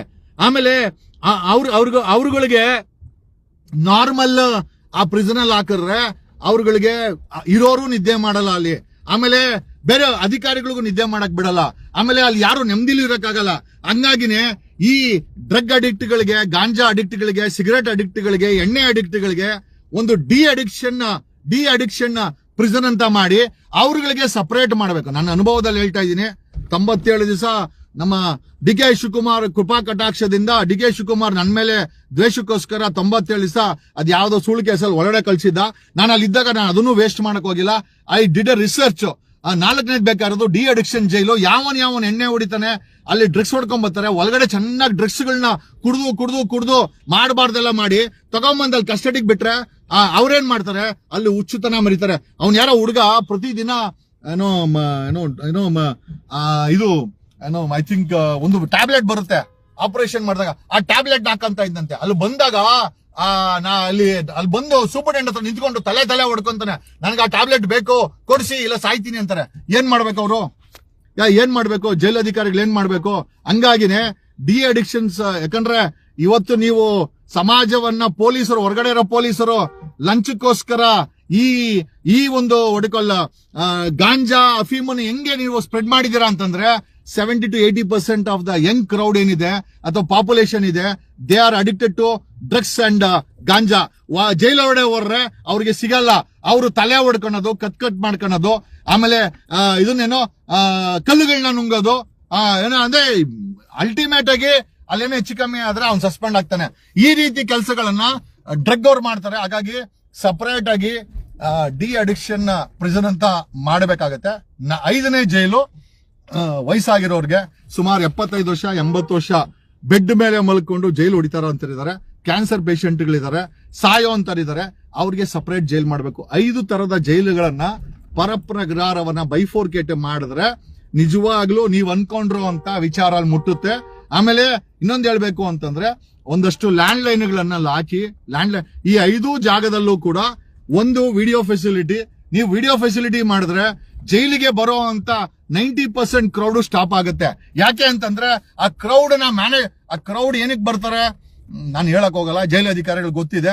ಅದನ್ನ ಸ್ಟಾಪ್ ಮಾಡಬೇಕು ಅಂತಂದ್ರೆ ಈ 5 ಜೈಲುಗಳನ್ನ, ಒಂದು ಹೆಣ್ಮಕ್ಳಿಗೆ ಸಪರೇಟ್ ಜೈಲು, ಕನ್ವಿಕ್ಟೆಡ್ಗೆ ಸಪರೇಟ್ ಜೈಲು, 3ನೇದು ಅಂಡರ್ ಟ್ರಯಲ್ಸ್ಗೆ ಈ 15 ದಿವಸ 20 ದಿವಸಕ್ಕೆ ಹೋಗಿ ಬರ್ತಾರಲ್ಲ ಆ ಫ್ರೆಶರ್ ಯಾವುದೇ ಕಾರಣಕ್ಕೂ ಕನ್ವಿಕ್ಟ್ಗಳ ಜೊತೆ ಸೇರ್ಕೊಳ್ಬಾರ್ದು. ಆಮೇಲೆ ಹೆಣ್ಮಕ್ಳ ಜೊತೆ ಸೇರ್ಬಾರ್ದು. ಆಮೇಲೆ ಅವ್ರಿಗೆ ಸಪರೇಟ್ ಜೈಲು. ಡಿ ಅಡಿಕ್ಷನ್ ಜೈಲ್ ಅಂತ ಮಾಡ್ಬೇಕು. ಬರೀ ಗಾಂಜಾ ಡ್ರಗ್ಸ್ ಹೊಡ್ಕೊಂಡು ಒಳಗಡೆ ಹೋಗಿ ತಲೆ ಹೊಡ್ಕೊಳೋದು, ಕಲ್ಲುಂಗೋದು, ಆಮೇಲೆ ಏನಾದ್ರು ಸಿಕ್ಕರೆ ಕುಯ್ಕೊಳ್ಳೋದು, ಬರೀ ಇದನ್ನೇ ಮಾಡ್ತಾರೆ. ಯಾಕಂದ್ರೆ ಡ್ರಗ್ ಬೇಕು ಅವ್ರಿಗೆ, ಡ್ರಗ್ ಕೊಟ್ಟಿಲ್ಲ ಅಂದ್ರೆ ಆಗಲ್ಲ. ಸೊ ಹಂಗಾಗಿ ಅವ್ರಿಗೆ ಡಿ ಅಡಿಕ್ಷನ್ ಒಂದು. 2ನೇದು ಸಾಯೋ ಅಂತ ವ್ಯಕ್ತಿಗಳು ಇದ್ದಾರೆ, ಆ ಮೆಡಿಕಲಿ ಹಿಲ್ ಆಗಿ ಸಾಯೋ ಅಂತ ಕ್ಯಾನ್ಸರ್ ಪೇಷಂಟ್ಗಳಿಗೆ, ಬೆಡ್ ರಿಡನ್ಗಳಿಗೆ ಸಪರೇಟ್ ಜೈಲನ್ನ ಮಾಡಬೇಕು. ಅವ್ರದ್ದು ನರಕ ಆಗ್ಬಿಟ್ಟಿದೆ. ಈ 5 ಜೈಲುಗಳನ್ನ ನೀವು ಮಾಡಿದ್ರೆ ಖಂಡಿತವಾಗಿ ಪರಪ್ರಗ್ರಹ ರಿಫಾರ್ಮ್ ಆಗತ್ತೆ. ಆಮೇಲೆ ನಾನ್ ಕೇಳೋದೇನು ಅಂತಂದ್ರೆ ಸರ್ಕಾರಕ್ಕೆ ಈ 5 ಜೈಲು ಮಾಡಿದಾಗ ಸಾಕಷ್ಟು ಲ್ಯಾಂಡ್ ಲೈನ್ ಅನ್ನ, ಆಮೇಲೆ ವಿಡಿಯೋ ಕಾಲಿಂಗ್ ಫೆಸಿಲಿಟಿನ ಮಾಡಿ ಅಲ್ಲಿಗೆ ಹುಡ್ಕೊಂಡ್ ಬರೋದು ತಪ್ಪುತ್ತೆ. ಆಮೇಲೆ ಸುಧಾರಣೆ ಕೇಂದ್ರ ಆದ್ರಿಂದ ಅವರ ಮನೆಯವ್ರ ಕಡೆ ಅವ್ರ ಜೊತೆ ಮಾತಾಡಕ್ಕೆ ಎಲ್ಲ ರೆಕಾರ್ಡ್ ಮಾಡ್ಕೊಳ್ಳಿ. ಒಂದೊಂದು ಕೇಂದ್ರದಲ್ಲಿ ಒಂದು 50 ಫೋನುಗಳನ್ನ ಮತ್ತೆ ವಿಡಿಯೋ ಕಾಲಿಂಗ್ ಸಿಸ್ಟಮ್ ಅನ್ನ ಹಾಕಿದ್ರೆ ಅವ್ರ ಮನೆ ಹತ್ರ ನೋಡ್ಕೊಂಡು ಅವರು ಕೂಡ ಬದಲಾವಣೆ ಆಗ್ಬೇಕಲ್ವಾ. ಅವ್ರನ್ನ ಸಾಯಿಸ್ಬೇಕು ಅಂತ ಕರ್ಕೊಂಡ್ ಬಂದಿದ್ರೆ ನಮ್ಗೇನು ಮಾಡಕ್ಕಾಗಲ್ಲ. ಬಟ್ ನಿಮ್ಗೆ ಬದಲಾವಣೆ ಮಾಡ್ಬೇಕು ಅಂತಂದ್ರೆ ಈ 5 ಜೈಲುಗಳನ್ನ ಕ್ರಿಯೇಟ್ ಮಾಡಿ. ಆಮೇಲೆ ಇನ್ನೊಂದು ದೊಡ್ಡ ನ್ಯೂನತೆ ಏನ್ ಗೊತ್ತಾ, ಆರಾಮ್ಸೆ ಜಾವ್ನಾ ಕೊಯ್ ಜಲ್ದಿ ನೀ ಎದುರು ಉಡ್ರ, ಓಕೆ ಆರಾಮ್ಸೆ ಜಾವ್. ಇನ್ನೊಂದು ವಿಚಾರ ಏನು ಅಂತಂದ್ರೆ jail is working with 50% of the staff. 5 ಜನರಿಗೆ ಒಬ್ಬ ವಾರ್ಡನ್ ಹಾಕ್ಬೇಕು, 5 ಪ್ರಿಸನರ್ಗೆ ಒಂದು ವಾರ್ಡನ್ ಇರಬೇಕು. ಅಲ್ಲಿ 400 ಜನಕ್ಕೆ ಒಬ್ಬರು, 5,000 ಜನಕ್ಕೆ ಅಲ್ಲಿ ಕೆಲಸ ಮಾಡಿದ್ರೆ 120-130 ಜನ. ಜೈಲಲ್ಲಿ ಸ್ಟಾಫ್ ಶಾರ್ಟೇಜ್ ಇದೆ. ಅದರಲ್ಲಿ ಈ ರೀತಿ ಎಲ್ಲ ಸಸ್ಪೆಂಡ್ ಮಾಡ್ತಾ ಹೋದ್ರೆ ಆ ಜೈಲುಗಳನ್ನ ನೋಡ್ಕೊಳೋರು ಯಾರು? ಸರ್ಕಾರ 50% ಶಾರ್ಟೇಜ್ ಅನ್ನ ಮಡಗಿದೆ, ಇದುವರೆಗೂ ಅಪಾಯಿಂಟ್ ಮಾಡಿಲ್ಲ. 50% ಶಾರ್ಟೇಜ್ ಅಲ್ಲಿ ಜೈಲುಗಳು ನಡೀತಾ ಇದೆ. ಇಲ್ಲ ನಾನೇನು ಅಲ್ಲೇನು ಅನಧಿಕೃತ ಕೆಲಸಗಳು ನಡೆಯಲ್ಲ ಅಂತ ಹೇಳಕ್ಕಾಗಲ್ಲ. ಜೈಲ್ ಅಂದ್ಮೇಲೆ ಇಡೀ ಇಡೀ ಇಡೀ ಬೆಂಗಳೂರಿನ ಗಲೀಜನ್ ತಗೊಂಡೋಗಿ ಅಲ್ಲಿ ನಾವು ಹಾಕಿದ್ರೆ ಅಲ್ಲಿ ಕೆಟ್ಟದ್ದು ಇದ್ದೇ ಇರುತ್ತೆ. I don't accept, I always accept, ಅಲ್ಲಿ ಕೆಟ್ಟದ್ದು ಕೂಡ ಇದೆ. ನಮ್ಗೆ ಜೈಲುಗಳನ್ನ ಬದಲಾವಣೆ ಮಾಡ್ಬೇಕಂದ್ರೆ ಸರ್ಕಾರಗಳು ಇಂಟ್ರೆಸ್ಟ್ ತಗೊಳ್ಬೇಕು. ಅಶೋಕ 2011ರಲ್ಲಿ 2009 13 ಇದೆ. ಲೇ ಅಶೋಕ, ಏನ್ ರಿಫಾರ್ಮ್ ಮಾಡ್ದೋ ನೀನು? ಏನ್ ರಿಫಾರ್ಮ್ ಮಾಡ್ದೆ? ನಿಮ್ಮ ಯಡಿಯೂರಪ್ಪ ಒಳಗಡೆ ಜೈಲ್ಗೆ ಹೋದಾಗ ಏನೇನ್ ಫೆಸಿಲಿಟಿ ಪಡ್ಕೊಂಡಿದ್ದಾನೆ ಗೊತ್ತಾಗೋರು ನಿನ್ಗೆ? ಕೇಳಿ ನಿಮ್ ಬಾಸನ್ನ. ಇಲ್ಲ ರಿಟೈರ್ಡ್ ಆಗಿರೋ ಜೈಲ್ ಅಧಿಕಾರಿಗಳನ್ನ ಇಂಟರ್ವ್ಯೂ ಮಾಡಿ ನಾನು ಕೇಳಿಸ್ಕೊಂಡ್ಲಾ ಏನೇನ್ ಫೆಸಿಲಿಟಿ ತಗೊಂಡ ಯಡಿಯೂರಪ್ಪ ಅಂತ. ಇನ್ ನೆಕ್ಸ್ಟ್ ಈಗ ಒನ್ಸ್ ಅಗೇನ್ ಪೋಸ್ಕೋ ಕೇಸು ನಿನ್ನೆ ಹೈಕೋರ್ಟ್ ಟ್ರಯಲ್ಗೆ ಕಳಿಸಿದೆ. ಈಗ ಅಲ್ಲೇನಾದ್ರೂ ಕನ್ವಿಕ್ಟ್ ಆಯ್ತು ಅಂತಂದ್ರೆ ನಿಮ್ಮ ಯಡಿಯೂರಪ್ಪನಿಗೆ ಏನ್ ಫೆಸಿಲಿಟಿ ಕೇಳ್ತೀರ ನಾನು ಕೇಳ್ಕೊಂತೀನಿ. ಅಲ್ಲ, ಇವನು ದೊಡ್ಡ ಮನುಷ್ಯನ ತರ ಮಾತಾಡ್ತಾನೆ ವಿರೋಧ ಪಕ್ಷದ ನಾಯಕ ಅಶೋಕ. ಈತ ಹೋಮ್ ಮಿನಿಸ್ಟರ್ ಆಗಿದ್ದ, ಏನ್ ಬದಲಾವಣೆ ತಂದ್ರು ಜೈಲಲ್ಲಿ? ಏನೂ ಇಲ್ಲ. ಅಲ್ಲಿಗೆ ಹೋಗೋ ಪ್ರತಿ ಐಟಮ್ ಅಲ್ಲೂ ಕೂಡ 40% 50% ಕಮಿಷನ್ ತಗೊಂಡು ಅಲ್ಲಿ ಮಾಡೋದಕ್ಕೆಲ್ಲ ಭ್ರಷ್ಟಾಚಾರನೇ ಕಾರಣ. ಆ ಸರ್ಕಾರ ಸರಿ ಹೋದ್ರೆ ಜೈಲ್ ಕೂಡ ಸರಿ ಹೋಗುತ್ತೆ. ಆ ಪರಪ್ರಕಾರ ಜೈಲುವನ್ನು 5 it has to be bifurcated into 5 jails. ಆಮೇಲೆ ಅಲ್ಲಿ ಲ್ಯಾಂಡ್ ಲೈನ್ಸ್ ಹಾಕಿ ಮತ್ತೆ ವಿಡಿಯೋ ಕಾಲಿಂಗ್ ಫೆಸಿಲಿಟಿ ಮಾಡಿದ್ರೆ ಈ ಮೊಬೈಲ್ ಎಲ್ಲ ಬಂದಾಗತ್ತೆ. ಆಮೇಲೆ ನೀವು ಲ್ಯಾಂಡ್ ಲೈನ್ ಹಾಕಿದ್ರೆ ಅದನ್ನ ರೆಕಾರ್ಡ್ ಮಾಡ್ಕೊಳ್ತೀರಾ, ಸಮಸ್ಯೆ ಏನೂ ಆಗಲ್ಲ. ಆಮೇಲೆ ಬದಲಾವಣೆ ಕೇಂದ್ರದಲ್ಲಿ ಅವ್ರಿಗೆ ಫೆಸಿಲಿಟಿ ಕೊಡಬೇಕು, ಅದು ತುಂಬಾ ಇಂಪಾರ್ಟೆಂಟ್. ಮತ್ತೆ ಇಷ್ಟೆಲ್ಲ ಹೇಳುತ್ತಾ ಬದಲಾವಣೆ ಮಾಡ್ಬೇಕಾದ್ರೆ ಬರೀ ಬ್ಲೇಮ್ ಮಾಡೋದಲ್ಲ, ಬರೀ ವಿಡಿಯೋಗಳನ್ನ ನೀವು ಸೋಷಿಯಲ್ ಮೀಡಿಯಾದಲ್ಲಿ ಚಾನೆಲ್ ಅಲ್ಲಿ ಹಾಕೋದಲ್ಲ. ನಾನು ಚಾನೆಲ್ ನ ಕೇಳೋದೇನು ಅಂತಂದ್ರೆ ಎಷ್ಟು ಸರ್ಕಾರಗಳು ಬಂದೋದು ನೈತಿಕವಾಗಿ ಜೈಲನ್ನ ಬದಲಾವಣೆ ಮಾಡ್ಲಿಕ್ಕೆ, ಒಂದು ಟ್ರಾನ್ಸ್ಫಾರ್ಮೇಶನ್ ಮಾಡಕ್ಕೆ ಎಷ್ಟು ಹೋಮ್ ಮಿನಿಸ್ಟರ್ಗಳು ಪ್ರಯತ್ನ ಪಟ್ಟಿದ್ದಾರೆ, ಎಷ್ಟು ಫೆಸಿಲಿಟಿ ಕೊಟ್ಟಿದ್ದಾರೆ, ಅಲ್ಲಿರುವಂತ ಸ್ಟಾಫ್ ಅನ್ನ ಫುಲ್ಫಿಲ್ ಮಾಡ್ಲಿಕ್ಕೆ ಎಷ್ಟು ಪೋಸ್ಟಿಂಗ್ ಮಾಡಿದ್ದಾರೆ. ಏನೂ ಮಾಡಿಲ್ಲ. ಏನೂ ಮಾಡಿದಿರಾ ಏನೂ ಮಾಡಿದಿರಾ, ಬರೀ ಜೈಲನ್ನ ಬ್ಲೇಮ್ ಮಾಡೋದಿದೆಯಲ್ಲ. I think it's not right ಅಂತ ಹೇಳುತ್ತಾ ಫೆಸಿಲಿಟಿ ಕೊಡಿ. ಅಲ್ಲಿ ನೀವು ಅವ್ರನ್ನ ಅಪಾಯಿಂಟ್ ಮಾಡಿ. ಈ ಎಲ್ಲಾ ಮಾಡಿದ ಮೇಲೆ ಡೆಫಿನೆಟ್ ಆಗಿ ಜೈಲನ್ನ ಸುಧಾರಣೆ ಮಾಡಬಹುದು. ಇಲ್ಲ ನನ್ನನ್ನು ಅಪಾಯಿಂಟ್ ಮಾಡಿ, ಈ ಅಪಾಯಿಂಟ್ಮೆಂಟ್ ರಿಫಾರ್ಮ್ ದ ಪ್ರಿಸನ್. ನಾನು 97 ದಿವಸ ಜೈಲಲ್ಲಿ ಇದ್ದು ಅದು ಏನ್ ರಿಫಾರ್ಮ್ ಮಾಡಿದ್ರೆ ಬದಲಾವಣೆ ಆಗುತ್ತೆ. ಅಲ್ಲಿ ಒಂದು ಫೋನ್ ಬರ್ದಾಗ ನಾನು ಬೇಕಾದ್ರೆ ನೋಡ್ಕೊಂತೀನಿ. ಓಕೆ, ನನಗೊಂದು ಪಾರ್ಟ್ ಟೈಮ್ 4 ಅವರ್ ಕೆಲಸ ಮಾಡ್ತೀನಿ, ನನಗೊಂದು 50,000 ಸಂಬಳ ಕೊಡಿ, ಜಾಸ್ತಿ ಏನ್ ಬೇಡ, ಒಂದು ಕಾರ್ ಕೊಡಿ ನನ್ ಸರ್ಕಾರ. ಜೈಲನ್ನ ಸುಧಾರಣೆ ಮಾಡಿ ನಾನು ತೋರಿಸ್ತೀನಿ. ನನ್ಗೇನ್ ದೊಡ್ಡ ವಿಚಾರ ಏನಲ್ಲ. ಸುಮ್ಮನೆ ಪೇಪರ್ ಟೈಲರ್ಗಳ ತರ ಮಾತಾಡ್ಕೊಂಡ್ರೆ ಏನೂ ಪ್ರಯೋಜನ ಇಲ್ಲ ಅಂತ ಹೇಳುತ್ತಾ, jail is a system where things has to be reformed. ನಾವು ರಿಫಾರ್ಮ್ ಮಾಡ್ಬೇಕಾದ್ರೆ ಮೊದಲು ನಾವು ಕರೆಕ್ಟ್ ಆಗಿರ್ಬೇಕು. ಈ ಎಂಟೈರ್ ವಿಡಿಯೋಗಳು ಹೊರಗಡೆ ಬಂದಿರೋದಕ್ಕೆ ದರ್ಶನ್ ಮೇಲೆ ಬೆಟ್ಟನ ತೋರಿಸ್ತಾ ಇದ್ದಾರೆ. ದರ್ಶನ್ ಕ್ವಾರಂಟೈನ್ ಜೈಲಿಂದ ಮೈನ್ ಜೈಲಿಗೆ ಶಿಫ್ಟ್ ಆಗ್ಲಿಕ್ಕೆ ಅಧಿಕಾರಿಗಳು ಬಿಟ್ಟಿಲ್ಲ. ಹಂಗಾಗಿನೇ ದರ್ಶನ್ ಈ ಒಂದು ವಿಡಿಯೋಗಳನ್ನ ಮಾಡಿಸಿ ಹೊರಗಡೆ ಕಳ್ಸಿದ್ದಾನೆ. ಆಮೇಲೆ ಹಳೆ ವಿಡಿಯೋಗಳನ್ನ ಕೂಡ ಸರ್ಕ್ಯುಲೇಟ್ ಅಂತ ದರ್ಶನ್ ಮೇಲೆ ಅಲ್ಲ, ದರ್ಶನ್ ಏನೋ ನನಗೆ ಪ್ರಾಮಾಣಿಕವಾಗಿ ಜೈಲಿನ ಬಗ್ಗೆ ನನ್ನ ಪ್ರಾಮಾಣಿಕವಾದಂತ ಮಾತುಗಳನ್ನ ಹೇಳಿದ್ದೀನಿ. ಜೈಲನ್ನ ರಿಫಾರ್ಮ್ ಮಾಡಬೇಕಾದ್ರೆ ಬರೀ ಪೇಪರಲ್ಲಿ ಸ್ಟೇಟ್ಮೆಂಟ್ ಕೊಡೋದು, ಅಲ್ಲಿರುವಂತ ನ್ಯೂನತೆಗಳನ್ನ ಎಕ್ಸ್ಪೋಸ್ ಮಾಡಿದ್ರೆ ಅಲ್ಲ, ಅಲ್ಲಿ ಫೆಸಿಲಿಟಿ ಕೂಡ ಕೊಡಬೇಕಾಗತ್ತೆ. ಆಮೇಲೆ ಜೈಲನ್ನ ಬೈಫೋರ್ಕೇಟ್ ಮಾಡಬೇಕಾಗತ್ತೆ. ದರ್ಶನ್ ಅವರು ಕ್ವಾರಂಟೈನ್ ಜೈಲಲ್ಲಿ ಇದ್ರೇನೆ ಉತ್ತಮ ಅನ್ನೋದು ನನ್ನ ಒಂದು ಅನಿಸಿಕೆ. ಡು ನಾಟ್ ಶಿಫ್ಟ್ ದರ್ಶನ್ ಅವ್ರನ್ನ ಕ್ವಾರಂಟೈನ್ ಜೈಲಿಂದ ಮೈನ್ ಜೈಲಿಗೆ ಶಿಫ್ಟ್ ಮಾಡಬೇಡಿ. ಯಾಕೆ ಅಂತಂದ್ರೆ ಕ್ವಾರಂಟೈನ್ ಜೈಲಲ್ಲಿ 150-200 ಜನ ಇದ್ದಾರೆ. ಅಲ್ಲಿ ಅವರ ಸೆಕ್ಯೂರಿಟಿ ಮತ್ತೆ ಅವರ ಸವಲತ್ತುಗಳು ಚೆನ್ನಾಗಿರ್ತದೆ. ಮೈನ್ ಜೈಲಿಗೆ ಶಿಫ್ಟ್ ಮಾಡಿದ್ರೆ ಬೇರೆ ರೀತಿ ಡೆವಲಪ್ಮೆಂಟ್ ಆಗುತ್ತೆ ಅನ್ನೋದು ನನ್ನ ಒಂದು ಪರ್ಸನಲ್ ಅನಿಸಿಕೆ. Do not shift Darshan to main jail shift ಮಾಡಬೇಡಿ. ಕಾರಣ ಯಾಕೆ ಅಂತಂದ್ರೆ main jail is a very risky place. ಅಲ್ಲಿ ಬೇರೆ ರೀತಿ ಆಕ್ಟಿವಿಟಿಗಳು ಶುರುವಾಗುತ್ತೆ. ಅವರು ಕ್ವಾರಂಟೈನ್ ಜೈಲ್ ಇರೋದೇ ತುಂಬಾ ಉತ್ತಮ. ನನಗೆ ಗೊತ್ತಿಲ್ಲ ದರ್ಶನ್ ಅವರು ಮೈನ್ ಜೈಲ್ ಶಿಫ್ಟ್ ಮಾಡಿ ಅಂತ ಅಪ್ಲಿಕೇಶನ್ ಯಾಕೆ ಹಾಕೊಂಡ್ರು. ಏನ್ ಜೈಲ್ ಅಂದ್ಮೇಲೆ ಜೈಲೇ ಅಲ್ವಾ? ಕ್ವಾರಂಟೈನ್ ಜೈಲ್ ಆದ್ರೆ ಏನು, ಮೈನ್ ಜೈಲ್ ಆದ್ರೆ ಏನು?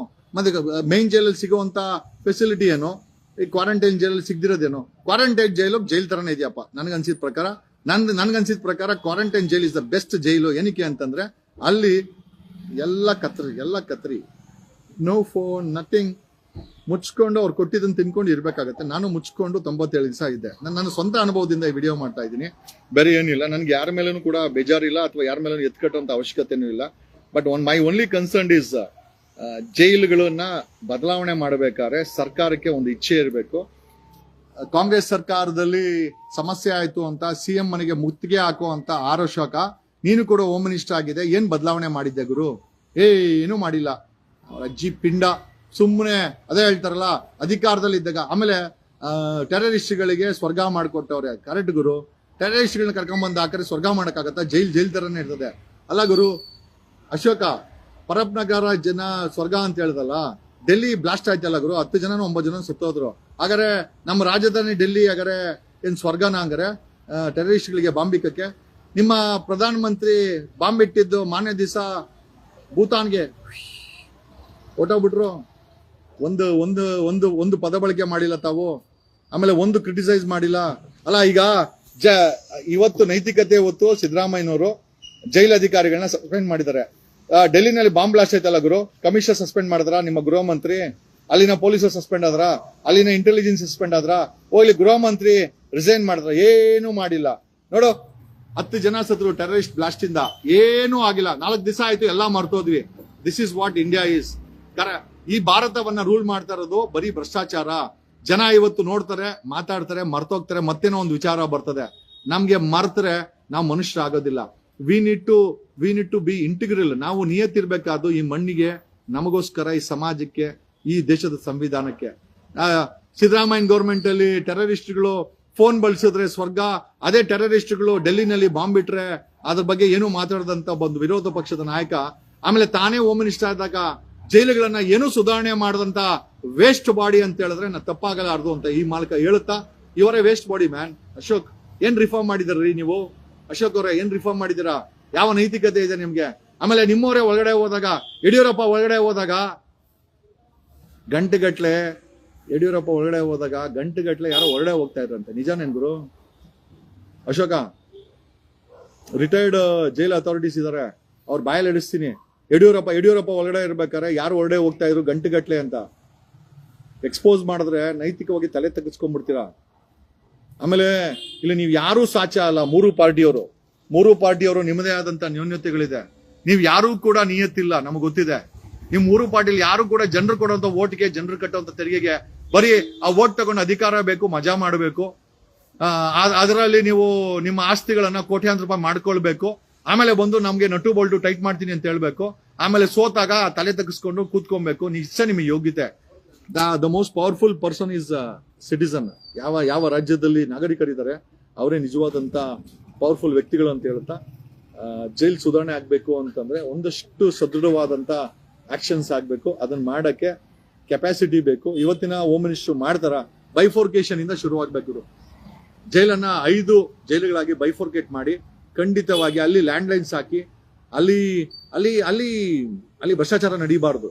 ಫೋನ್ ಮಾಡಕ್ಕೂ ಭ್ರಷ್ಟಾಚಾರ ಆಗುತ್ತೆ, ಅದು ನಡೀಬಾರ್ದು.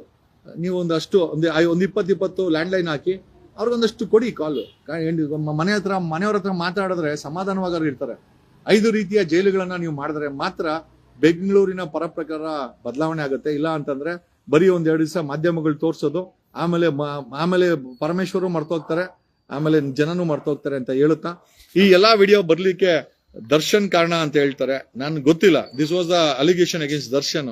ಏನೇ ಇರ್ಲಿ, ದರ್ಶನ್ ನೀವು ಒಳ್ಳೆ ಕೆಲಸ ಮಾಡಿದಿರ, ಅಕಸ್ಮಾತ್ ನೀವು ತಂದಿದ್ರೆ. ಬಟ್ ಆದರೆ ಆ ಕ್ವಾರಂಟೈನ್ ಜೈಲಿಂದ ಮೈನ್ ಜೈಲಿಗೆ ನೀವು ಹೋಗೋದು, ನನಗೆ ಕೇಳಿದ್ರೆ I think you are safe in quarantine jail. ಅಲ್ಲಿ ಸ್ಟ್ರಿಕ್ಟ್ ಆದ್ರೂ ಕೂಡ ವ್ಯವಸ್ಥಿತವಾಗಿದೆ, ನಿಮ್ಮ ಆರೋಗ್ಯ ಚೆನ್ನಾಗಿರ್ತದೆ. ಅಲ್ಲಿ ಬೇರೆ ಬೇರೆ ರೀತಿ ಚಟುವಟಿಕೆಗಳಾಗ್ಬಿಟ್ಟಾಗ ನಿಮ್ಮ ಆರೋಗ್ಯ ಹಾಳಾಗುತ್ತೆ ಅಂತ ಹೇಳುತ್ತಾ ಈ ವಿಡಿಯೋನ ಮುಗಿಸ್ತಾ ಇದ್ದೀನಿ. ದಿಸ್ ವಿಡಿಯೋ ಇಸ್ ಇದು ಒಂದು ಪಬ್ಲಿಕ್ ಇಂಟ್ರೆಸ್ಟ್ ಅಲ್ಲಿ ಮಾಡಿರೋ ವಿಡಿಯೋ ಬಿಟ್ರೆ ನನಗೆ ಅಲ್ಲಿನ ನ್ಯೂನತೆಗಳು ಹೇಳ್ಬೇಕಾಯ್ತು ಅಂತ ಅನಿಸ್ತು. ನಾನು ಹೇಳಿದೆ ಅಲ್ರಿ, 100 ಜನ ಇರ್ಬೇಕಾ, 100 ಜನ ವಾರ್ಡನ್ಸ್ ಪ್ರಿಸನ್ ಸ್ಟಾಫ್ ಇರೋ ಕಡೆ 50 ಜನ ಇದಾರೆ ಅಂತಂದ್ರೆ ಅವ್ರು ಹೆಂಗ್ ಮೇಂಟೈನ್ ಮಾಡ್ತಾರೆ? ಭ್ರಷ್ಟಾಚಾರ ಎಲ್ಲಾ ರೀತಿ ಇದೆ. ಪೋಸ್ಟಿಂಗ್ಗೆ ಹಣ ತಗೊಳ್ತಾರೆ ಸರ್ಕಾರದಲ್ಲಿರೋರು. ಅಲ್ಲಿ ಪೋಸ್ಟಿಂಗ್ ಮಾಡ್ಲಿಕ್ಕೆ ಹಣ ಕೊಟ್ಟು ಪೋಸ್ಟಿಂಗ್ ಮಾಡಿ ಸಸ್ಪೆಂಡ್ ಹಾಕಿ ಯಾವನ್ ಕಾಯ್ತಾ ಇರ್ತಾನೆ? ಆಮೇಲೆ 6 ಜನಕ್ಕೆ ಒಬ್ಬ ವಾರ್ಡನ್ ಇರ್ಬೇಕು. ಇಲ್ಲಿ 100 ಜನಕ್ಕೆ 200 ಜನಕ್ಕೆ ಒಬ್ಬ ವಾರ್ಡನ್ ಇರ್ತಾರೆ. ಒಂದು ಸ್ಟಾಫ್ ಶಾರ್ಟೇಜು. ಎರಡನೇದು, ಒಂದೇ ಜೈಲಲ್ಲಿ ನಾನಾ ರೀತಿಯ ವ್ಯಕ್ತಿಗಳನ್ನ, ಹೆಣ್ಮಕ್ಳು ಅದೇ ಜೈಲು, ವಯಸ್ಸಾಗಿರೋರು ಅದೇ ಜೈಲು, ಸಾಯೋರು ಅದೇ ಜೈಲು, ಆಮೇಲೆ ಡ್ರಗ್ ಗಾಂಜಾಗಳನ್ನ ಸೇದ್ಕೊಂಡು ಅಡಿಕ್ಟ್ಗಳು ಕೂಡ ಅದೇ ಜೈಲು, ಆಮೇಲೆ ಕನ್ವಿಕ್ಟೆಡ್ ಆಗಿರೋ ಕೂಡ ಅದೇ ಜೈಲು, ಆಮೇಲೆ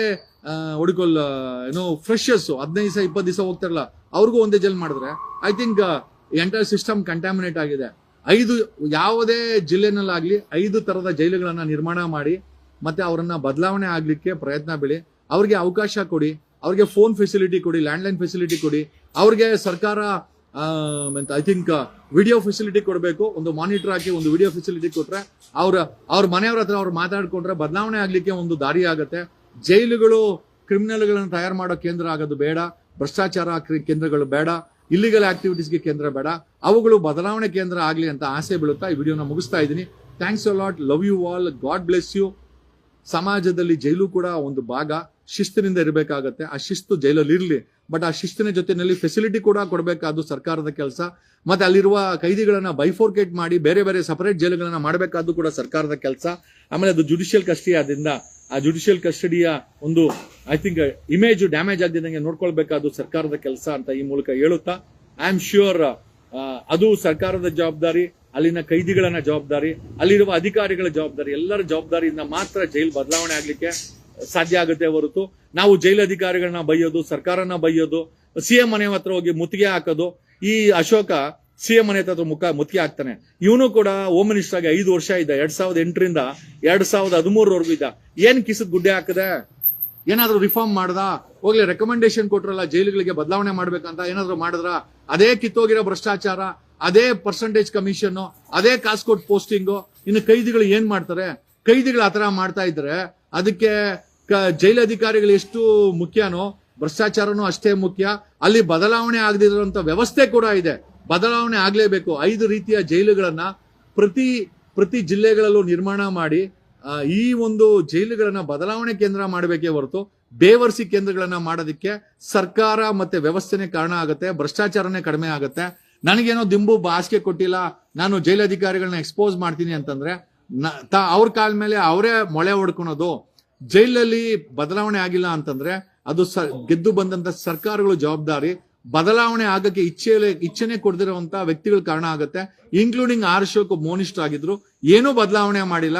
ಇವತ್ತು ಸಿಎಂ ಮನೆಗೆ ಮುತ್ತಿಗೆ ಹಾಕಕ್ಕೆ ಮುಂಚೆ ನಾನು ಹೋಮ್ ಮಿನಿಸ್ಟರ್ ಆಗಿದ್ದಾಗ ಏನ್ ಕಿಸದ್ ಗುಡ್ಡೆ ಹಾಕಿದೀನಿ ಅಂತ ಇವತ್ತಿನ ವಿರೋಧ ಪಕ್ಷದ ನಾಯಕ ಅಶೋಕ್ ಅವರು ಯೋಚನೆ ಮಾಡಬೇಕು. Being a citizen, you are a public servant, ನೀವು ಸಾರ್ವಜನಿಕ ಸೇವಕರು ಅಶೋಕ್. ನಾನು ಒಬ್ಬ ಪಬ್ಲಿಕ್ ಸರ್ವೆಂಟ್, ನಾನು ಒಬ್ಬ ಈ ದೇಶದ ನಾಗರಿಕನಾಗಿ, ಸಿಟಿಸನ್ ಆಗಿ, ಒಬ್ಬ ಅಡ್ವೊಕೇಟ್ ಆಗಿ ಆ ಜೈಲಲ್ಲಿ ನೀನು ಹಾಕಿದೆ ನನ್ನನ್ನ ಅಶೋಕ. 2011ರಲ್ಲಿ ನೀನು ಕೂಡ ನನ್ನನ್ನ ಜೈಲಿಗೆ ಕಳಿಸಿದೆ. ಸುಮಾರು 21 ದಿವಸ ಇದ್ ಬಂದೆ. ಇದೇ ಸರ್ಕಾರದಲ್ಲಿ ಡಿ ಕೆ ಶಿವಕುಮಾರ್ ಕಳಿಸಿದ್ರು. ನನ್ನ ಅನುಭವದ ಮೇಲೆ ಈ ಮಾತುಗಳನ್ನ ಅಂಟ್ತಾ ಇದ್ದೀನಿ. ಓಕೆ, ನೀವು ನಾನ್ ಜೈಲಿಗೆ ಹೋಗ್ಬಿಟ್ರೆ ನಾನೇನು ಏಲಿಯನ್ ಆಗ್ಬಿಡಲ್ಲ, ಅಥವಾ ನೀವೇನು ಜೈಲ್ಗೆ ಹೋಗಿಲ್ಲ ಅಂದ್ರೆ ನೀವೇನ್ ಸಾಚೆ ಅನ್ನಲ್ಲ. ನನ್ಗೆ ಅನ್ಸುತ್ತೆ ಅಶೋಕ್ ಅಂತರೂ ಒಂದು 2-3 ತಿಂಗಳು ಜೈಲಲ್ಲಿ ಇದ್ರೆ ಯಾವ್ದಾರೋ ಒಂದು ಆರೋಪದಲ್ಲಿ ಅಶೋಕ್ ಅರೆಸ್ಟ್ ಆಗ್ಬಿಟ್ಟು ಜೈಲಿಗೆ ಹೋದ್ರೆ ಮೋಸ್ಟ್ಲಿ ಜೈಲ್ ಅನುಭವ ಅಶೋಕ ಆಗತ್ತೆ. ಆವತ್ತು ನಿಜ ಮಾತಾಡ್ತಾರೆ. ಆಮೇಲೆ ಮುಖ್ಯಮಂತ್ರಿ ಮನೆಗೆ ಮುತ್ತಿಗೆ ಹಾಕಕ್ಕೆ ಮುಂಚೆ ನಿಮ್ಮ ಯಡಿಯೂರಪ್ಪ 2011ರಲ್ಲಿ ಅಲ್ಲಿ ಇದ್ರು. ಯಾರ್ಯಾರು ಭೇಟಿ ಮಾಡಕ್ ಹೋಗ್ತಾ ಇದ್ರು, ಎಷ್ಟೆಷ್ಟು ಗಂಟೆ ಇರ್ತಾ ಇದ್ರು, ಏನೇನ್ ಫೆಸಿಲಿಟಿ ಯಡಿಯೂರಪ್ಪನ್ಗಿತ್ತು, ಅದ್ರ ಬಗ್ಗೆ ಯಾಕೆ ಅಶೋಕ್ ಮಾತಾಡಲ್ಲ? ಹೇಳಿಸ್ಬೇಕು ಅಂದ್ರೆ ರಿಟೈರ್ಡ್ ಅಧಿಕಾರಿಗಳಿದ್ದಾರೆ, ಅವ್ರ ಬಾಯಲ್ಲಿ ಹೇಳಿಸ್ತೀನಿ. ಯಾರ್ಯಾರು ಭೇಟಿ ಮಾಡಕ್ ಹೋಗ್ತಾ ಇದ್ರು ಯಡಿಯೂರಪ್ಪನ, ಅಲ್ಲಿ ಏನೇನ್ ನಡೀತಾ ಇತ್ತು, ಅದು ನಡೀತಾ ಇತ್ತು ಅಂತ ಅಶೋಕ್. ಅದು ಮಾತಾಡು ಅಶೋಕ, ನಿನ್ನ ಭಂಗ ಎಬ್ಬರಿಸ್ಬೇಕು, ಮಾತಾಡು ಅಶೋಕ. ಅದು ನಡೀತಾ ಇತ್ತಂತೆ ಅಶೋಕ್. ಯಾವ್ದು ಅದು? ಈ ಪ್ರೆಸೆಂಟ್ ಕೈದಿಗಳು ಊಹೆನೇ ಮಾಡಕ್ ಆಗಲ್ಲ. ಅದು ಯಾವ್ದದು ಅಶೋಕ್? ಯಡಿಯೂರಪ್ಪನ ಇರ್ಬೇಕಾದ್ರೆ ಅದು ನಡೀತಾ ಇತ್ತಂತೆ. ಮತ್ತೆ ಜೈಲ್ಗೆ ಹೋಗಕ್ಕೆ ಯಡಿಯೂರಪ್ಪನ್ಗೆ ರೆಡಿ ಆಗ್ಬೇಕು, ಆತರ ಆಗಿದೆ ಫೆಸಿಲಿಟಿ. ಪೋಸ್ಕೋ ಕೇಸಲ್ಲಿ ಟ್ರಯಲ್ ನ ಕಂಡಕ್ಟ್ ಮಾಡುವಂತ ಹೈಕೋರ್ಟ್ ಕೊಟ್ಟಿದೆ. ಏನೋ ನಾನು ಹೇಳೋದೇನು ಅಂತಂದ್ರೆ, ಬೇರೆಯವ್ರ ಮೇಲೆ ಬೆಟ್ ತೋರ್ಸಕ್ ಮುಂಚೆ ಅಶೋಕ್, ನಿಮ್ಮ ಪಾರ್ಟಿಯವರು, ನೀವು ಅಧಿಕಾರದಲ್ಲಿದ್ದಾಗ ಈ ಜೈಲುಗಳನ್ನ ಬದಲಾಯಿಸ್ಲಿಕ್ಕೆ ಏನ್ ಪ್ರಯತ್ನ ಪಟ್ರಿ? ಪ್ರಾಮಾಣಿಕವಾಗಿ ಹೇಳಿ. ನಾನು ಬೇರೆ ಏನು ಹೇಳಲ್ಲ. You were a home minister, you were a deputy CM. ನೀವು ಬದಲಾವಣೆ ಮಾಡಿದ್ರೆ ಮಾಡಕ್ ಆಗ್ತಾ ಇರ್ಲಿಲ್ಲ ಅಶೋಕ್? ಮಾಡ್ಬೋದಾಗಿತ್ತು ಅಲ್ಲ? ಯಡಿಯೂರಪ್ಪನ ಹೊರಗಡೆ ಇದ್ದಾಗ ಆ ರೀತಿ ಬೇರೆ ಬೇರೆ ಫೆಸಿಲಿಟಿ ಅದು ಇತ್ತಂತೆ. ಅದಂಗೆ ಸಾಧ್ಯ? ಅದು ಇವಾಗ ಏನೂ ಇಲ್ಲ. ಇವಾಗ ನೀವು ತೋರಿಸಿದ್ದು ಏನೂ ಅಲ್ಲ. ಟೆರರಿಸ್ಟ್ ಕೊಟ್ಟಿರೋದು ಫೋನ್ ಫೆಸಿಲಿಟಿ ಏನೂ ಅಲ್ಲ ಗುರು, ಅದು ಇತ್ತಂತೆ ಯಡಿಯೂರಪ್ಪನಿಗೆ. ಅದು ಅಂದ್ರೆ ಅಶೋಕನ್ಗೆ ಅರ್ಥ ಆಗುತ್ತೆ. Thank you.